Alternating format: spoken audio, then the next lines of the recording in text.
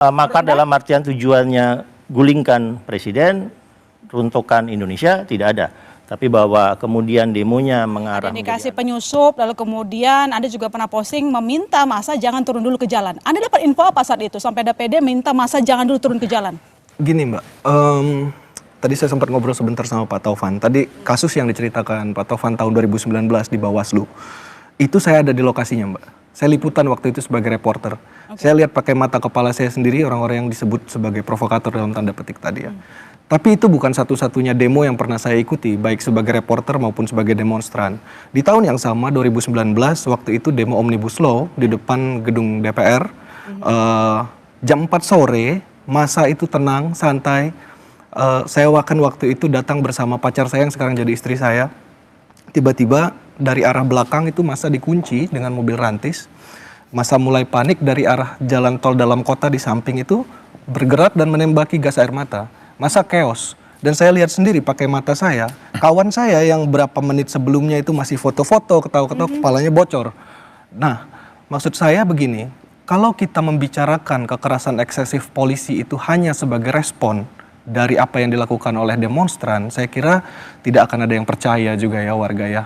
Kita harus juga mengakui bahwa polisi itu bisa bertindak melakukan kekerasan eksesif tanpa ada pancingan apapun, seperti contoh kedua yang tadi saya kasih gitu. Tiba-tiba lo bisa gitu.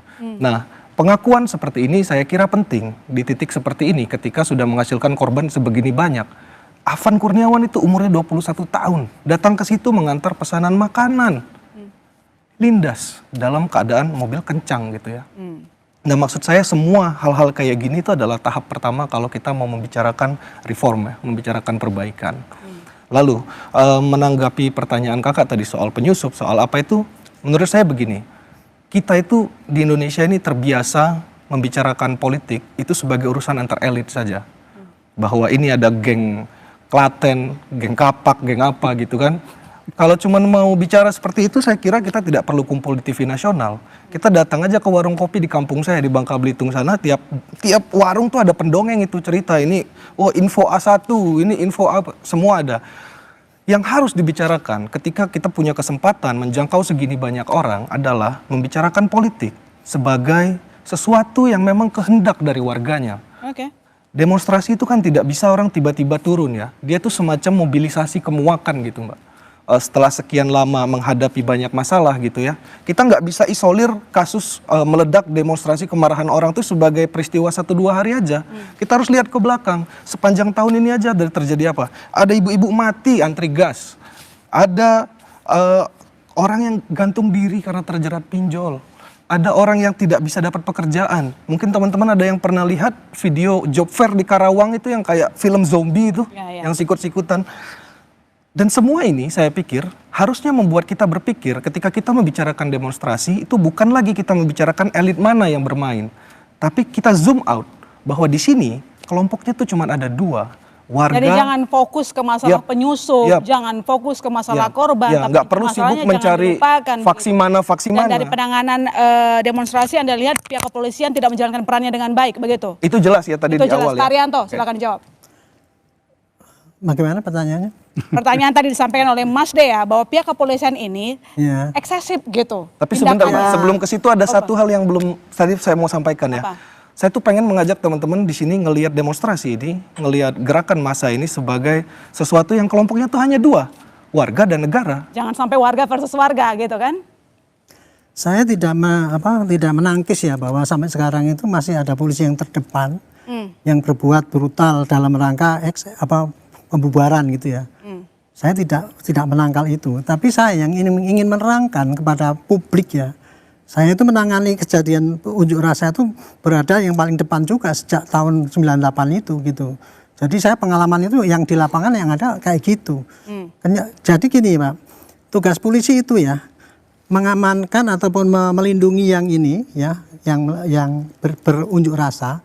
Tetapi dia juga harus menindak tegas para pelaku anarkis yang ada di lapangan itu. Kalau dibiarkan, itu nanti kan tidak melindungi orang-orang yang menjadi korban itu. Nah di sini tugas polisi dalam satu nada ya, dalam satu situasi itu kompleks, sangat kompleks itu. Jadi kalau kemudian kita selalu dikatakan itu korban karena tindakan eksesif dari polisi. Kita dalam protap kita sejak tahun 98 itu sudah kita bilang nomor satu adalah keselamatan demonstrasi itu.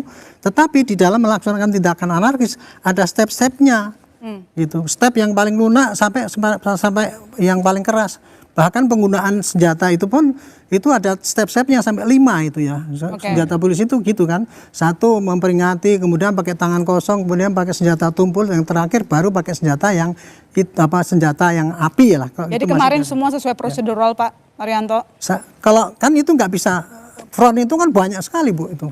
Tidak bisa kita generalisir, wah ini sesuai dengan prosedur, saya tidak tahu yang terjadi di lapangan. Tapi buktinya intinya ya upaya kita untuk menahan supaya tidak terjadi tindakan eksesif itu berusaha maksimal kita. Adapun pelaksanaannya di lapangan masih ada kegagalan, nah itu memang akan kita koreksi. Apakah SOP-nya ini sudah cocok apa tidak? Jadi kemarin kita sudah bilang ya, itu kita perlu evaluasi penggunaan gas air mata itu. Dari dulu saya sudah mengusulkan nggak cocok itu, tapi sampai sekarang masih dikerjakan juga karena kenyataannya yang ada cuma gitu. Yang kedua ini perlindungan ya. Senjata polisi yang depan itu mestinya jangan dikasih senjata pembunuh, tapi senjata penjerat saja, pelumpuh. Itu yang mestinya diutamakan. Jadi saya menghimbau ya pada pemerintah juga, para rakyat juga untuk mendorong supaya pemerintah memberikan perlindungan kepada petugas dan alat supaya tidak terjadi pelanggaran HAM. Mas Dea, Anda mau merespon tampaknya dari tadi? Kalau soal teknis ya yang udah diusulkan tadi tentu saja arahnya kan pengen mereform kepolisian supaya baik. Cuman saya melihat gini, bukan bermaksud ini ya menyerang kepolisian atau apa, tapi saya pikir kemarin kita bisa lihatlah perkembangan kasusnya setelah kematian korban pertama. Presiden kita sendiri malah mengeluarkan statement untuk ya yang bertindak ini ditindak tegas gitu. Lalu di Bandung tanggal 30 ya, ketika di banyak tempat lain itu terlihat jelas masa itu sudah menahan diri, tidak lagi turun dalam jumlah besar, tapi di Bandung sempat ada kejadian yang kampus Unisba ditembaki dengan segala macam alasannya lah. Maksudnya kayaknya kita seperti juga yang ditaruh di tuntutan 17/8 itu, warga sangat memperhatikan juga kepolisian gitu ya. Kalau memang mau berbenah ya tunjukkanlah gitu. Baik, saya ke Mas Andi. Mas Andi, dari apa yang terjadi saat ini, apakah Anda melihat ini jatuhnya mahasiswa versus polisi, atau mungkin dalam kasus ini ada yang menunggangi, sengaja memanfaatkan, kalau sampai kita lihat kata Presiden Prabowo Subianto, ada yang dikasih makar katanya? Ya itu yang disebut sebagai berulangnya subculture of demo ya di Indonesia. Mulai dari demo 74, sampai 97-98 lalu 2025 kita selalu bisa melihat ketika demonya memang masih aspiratif, mahasiswa yang bergerak, lalu satu titik saja mereka lewat dari maghrib, nah ini sudah siap-siap bahwa demonya akan berubah menjadi anarkis. Kalau kegelisahan massa, senior saya Bang Hariman Siregar menyebutnya kalau tiba-tiba ada kemarahan deep feeling muncul di massa, maka yang anarkis ini akan menjadi amok. Nah, amok itu yang kemudian kita lihat dari tanggal 25 sampai... Mas Andi, maaf kalau saya potong. Kalau soal unjuk rasa, seringkali loh memang yang namanya teman-teman itu tidak mau mundur sebelum dijawab gitu. Itu kan artinya polanya sudah berulang. Ya, itu masalah kanalisasinya ya. Yang saya misalnya tidak melihat di pemerintah, satu, demonya memang tidak mengarah ke istana. Ya, kalau dulu protap di istana, begitu demonya mengarah ke istana, sudah mulai masuk dari Patung Kuda ke Jalan Medan Merdeka Barat, maka Seknek, Setkap, Setpres, KSP langsung siaga 1. Ya, mulai dari level eselon 2 sampai ke tingkat menteri. Ya, ketika saya menjabat Seskap, saya dengan Pak Luhut pernah langsung bertemu dengan mahasiswa, berdiri di atas kap mobil untuk berbicara dengan mereka ketika di level eselon 2 sudah tidak bisa lagi menenangkan. Tapi protap itu ada. Ya, akhir-akhir ini cenderung memang tidak terlihat komunikasi langsung yang dilakukan antara pendemo menyampaikan aspirasinya. Jadi seolah-olah sudah ada tadi subculture. Pagar DPR harus digoyang dulu, harus ada ban terbakar dulu, baru bisa menarik perhatian dari dalam. Yang paling gampang adalah seharusnya yang paling gampang ketika masanya masih 50, ya masa ini yang ditemuin daripada menemui massa yang sudah 1.000 misalnya.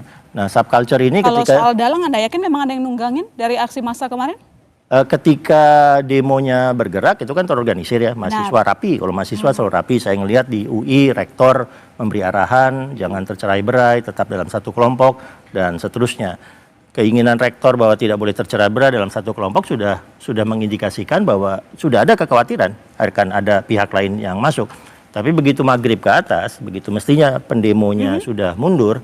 Nah, di sini subculture keduanya muncul. Subculture itu dari kantong-kantong kumuh ya di Jakarta. Ya polisi pasti tahu di Jakarta Pusat di mana, Jakarta Barat di mana, Jakarta Utara di mana, mulai terjadi pergerakan nggak ke arah demo. Ya kalau dulu di Istana udah ya dari arah Tanah Abang pergerakannya ke arah Istana seperti apa, kalau dari Senayan dari arah Petamburan, dari arah Penjernihan pergerakannya seperti apa, apakah ini kelompok yang bisa kita identifikasi dengan nama tertentu. Nah, itu sudah ada dan apalagi dengan Benar ada adanya indikasi makar seperti yang Presiden Prabowo bilang? makar dalam artian tujuannya gulingkan presiden, runtuhkan Indonesia tidak ada. Tapi bahwa kemudian demonya mengarah menjadi anarkis, menjadi amok untuk menyebabkan kerusakan yang akhirnya memicu eskalasi politik tercapai. Oke, eskalasi politiknya tercapai. Pak Syarif, Anda setuju bahwa memang ini ada yang nunggangin, bahkan Presiden Prabowo Subianto bilang ada upaya makar dan tadi udah tergocek itu politik dalam negeri. Iya, berdasarkan pengalaman yang kita alami bersama dari sekian banyak demo, unjuk rasa, sekalipun memang undang-undang memberikan suatu penegasan bahwa untuk menyatakan pendapat itu apakah melalui demo dan sebagainya itu memang dijamin oleh undang-undang. Namun berdasarkan pengalaman juga selama ini bahwa menyatakan pendapat itu melalui demo itu implikasinya banyak sekali dan jelas banyak korban yang berjatuhan baik di rakyat maupun dari pihak penegak hukum dan sebagainya. Dan untuk itu pada kesempatan ini ya kita sangat empati dan duka yang dalam terhadap korban 10 orang yang hilang. Sehingga Partai Demokrat dalam hal ini ikut sedih dan prihatin atas kejadian itu. Nah, tentu yang menjadi persoalan ini adalah karena ini merugikan secara institusi, merugikan individu, merugikan bangsa secara keseluruhan. Maka tentu yang perlu disikapi itu pertama bahwa perlu ditelaah mengapa hal ini terjadi. Menurut Anda apa yang terjadi? Tadi disampaikan oleh Mas Andi, kerap kali DPR kayak misalnya kemarin hari pertama ya teman-teman ketika datang ke gedung DPR malah WFA, nggak dijawab, digedor dulu, dipaksa dulu baru ngomong. Ya, jadi berarti gimana? Harus dianalisa mengapa hal ini terjadi. Yang kedua, pemerintah juga dalam hal ini harus turut memperhatikan. Dan syukur alhamdulillah terjadilah komunikasi antara adik-adik pendemo dengan pemerintah maupun dengan pihak legislatif. Ini perlu untuk diteruskan. Komunikasi ini perlu untuk dibuka seterusnya. Sehingga persoalan demo menyatakan pendapat melalui demo ini tidak terulang lagi. Benar. Nah, mengapa sangat diperlukan? Karena kita bersama ingin membangun bangsa ini ke depan lebih bagus. Dan ini akan merugikan secara pandangan rating Indonesia di mata dunia itu jatuh. Naluri eksekutif, naluri legislatif. Betul. Jadi ini harus tidak boleh terulang lagi. Sehingga perlu dilakukan evaluasi. Makanya juga saya juga menghargai teman-teman adik-adik yang mengusulkan 17+8. Itu saya pikir itu bagus. Satu solusi yang bagus. Dan itu juga solusi bagi pemerintah. Dan ini social control yang patut untuk kita kedepankan. Ya, dan kita juga berterima kasih kepada adik-adik mahasiswa semuanya yang memberikan social control kepada pemerintah. Ini perlu untuk kita lestarikan. Jadi menurut Pak Syarif, saya ke pertanyaan awal saya tadi, ada dalangnya nggak di balik kerusuhan yang terjadi beberapa waktu tentunya begini. Tentunya pemerintah dalam hal ini kalau sudah mengekspos bahwa ini ada dalangnya ya tolong disampaikan. Dan tolong ditindaklanjuti. Aparat ada kepolisian, ada TNI, ada intelijen di situ, ada semua bisa merampungkan persoalan ini, mengungkapkan siapa dalangnya kalau memang ada. Tetapi kalau melihat dari gerakan-gerakan adik-adik semualah menyatakan pandangan ini murni menurut saya basically itu murni karena ada aspirasi. Oke. Ada persoalan yang mendasar di masyarakat yang perlu untuk disampaikan kepada pemerintah. Dan bagus pemerintah sekarang membuka diri. Dan ini harus dilanjutkan ke depan. Oke, baik. Kita setuju soal Ya. itu, Pak. Saya ke teman-teman mahasiswa, ada Faiz, lalu kemudian juga ada Gani. Saya ke Faiz dulu. Faiz, menurut teman-teman mahasiswa, setujukah bahwa memang ada dalang? Karena sekarang kalau kita lihat ini ada juga ya tanggapan jadinya negatif ke mahasiswa. Tadi kita dengar salah satu kakak korban sempat menyebut-nyebut soal mahasiswa. Gimana? Oke, baik. Terima kasih banyak sebelumnya saya ucapkan dulu bela sungkawa kepada keluarga korban dari tadi Abai, almarhum Abai. Ya. Ya, semoga kita semua dapat merefleksikan bahwa tidak boleh ada kejadian-kejadian tersebut terulang kembali di Republik ini gitu Kak. Sebelum jauh saya bicara soal bagaimana dalang dan seterusnya, kita coba merefleksikan kembali rentetan landscape dari bagaimana peristiwa ini terjadi gitu Kak. Ini kan sebetulnya bermula dari bagaimana tingkah laku dan juga mungkin bagaimana negara dalam hal ini lembaga negara itu tidak menyerap aspirasi publik dengan baik. Sehingga kemarahan publik itu berakumulasi dan juga bercampur menjadi suatu kemarahan yang begitu besar gitu Kak. Bayangkan kalau misalkan lembaga legislatif dalam hal ini DPR, dia membuka ruang diskusi seluas-luasnya untuk menyerap aspirasi Maka publik. tidak akan ada Maka penyusup. tidak akan mungkin ada kerusuhan dan juga kemarahan publik yang berlebihan. Itu yang perlu saya sampaikan. Artinya apa Kak? Artinya kita harus menilai ulang dan juga melihat bahwa kemarahan publik ini berarti sejalan dengan menurunnya kualitas dan kuantitas pejabat publik yang hari ini menjabat baik di legislatif maupun di eksekutif. Itu kata kunci pertama. Yang kedua ingin saya sampaikan bahwa dari berbagai rentetan peristiwa, dari berbagai macam tindakan juga mungkin narasi-narasi bahwa ini ada yang menunggangi, bahwa ini ada dalang dan seterusnya. Sama dengan hari ini kekuasaan mendelegitimasi gerakan mahasiswa yang padahal ini murni gerakan moral gitu Kak. Dan saya tadi pun sedikit menyampaikan gitu, mungkin saya meng-highlight dari Pak Arianto gitu, menyampaikan bahwa mengulang 98 dan seterusnya. Saya perlu sampaikan Pak, 27 tahun yang lalu mungkin saya belum lahir Pak, tapi saya mendengar dan juga melihat rentetan cerita baik dari film, buku dan seterusnya, bahwa kami dari Trisakti itu mengalami pelanggaran HAM yang begitu berat. Bagaimana sebetulnya waktu itu abang kakak kami, senior kami berdemonstrasi dengan damai, akhirnya diprovokasi sehingga pihak kepolisian menembak kampus. Dan kemarin itu terjadi kembali Kak, di Unisba, di teman-teman Unpas. Dan hari ini kita melihat bahwa pendekatan-pendekatan yang pada akhirnya tidak dilaksanakan dengan humanis, dengan bagaimana merefleksikan tugas Polri dengan baik, itu akan mulai terjadi kembali gitu. Dan mungkin lagi-lagi saya perlu sampaikan bahwa narasi besar terkait soal tanggung jawab siapa, sebetulnya tanggung jawab pejabat negara yang hari ini seharusnya sejalan dengan efektivitas dan juga penyerapan publik yang baik. Mungkin itu Kak yang bisa saya sampaikan. Gani, pertanyaannya sama. Apakah kamu melihat kerusuhan ini terjadi karena memang lambatnya respons dari legislatif dan juga eksekutif? Atau menurut kamu memang dari awal sudah ada yang mendesain, misalnya mau nyusup dari awal? Oke, baik. Jawabannya sangat jelas bahwa lambatnya respon dari pejabat eksekutif maupun legislatif. Karena ketika bicara terkait permasalahan bangsa, saya yakin sejak kapan ada demonstrasi mau pejabat eksekutif legislatifnya ikut turun bersama rakyat untuk menemui secara langsung. Itu sudah sangat jarang terjadi.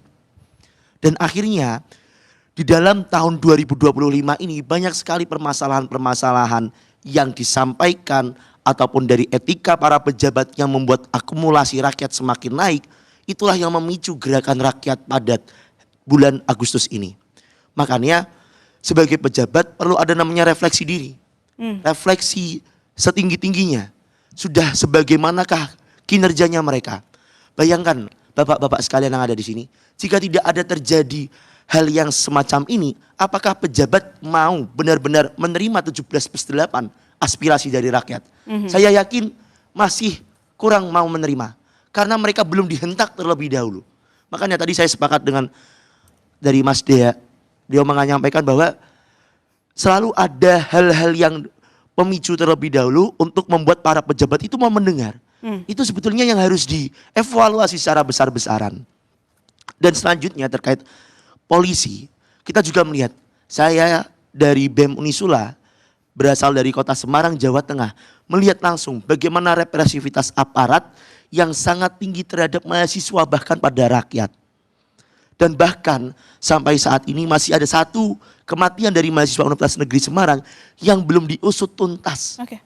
Artinya 10 nyawa hilang selama demo, tanggung jawab siapa?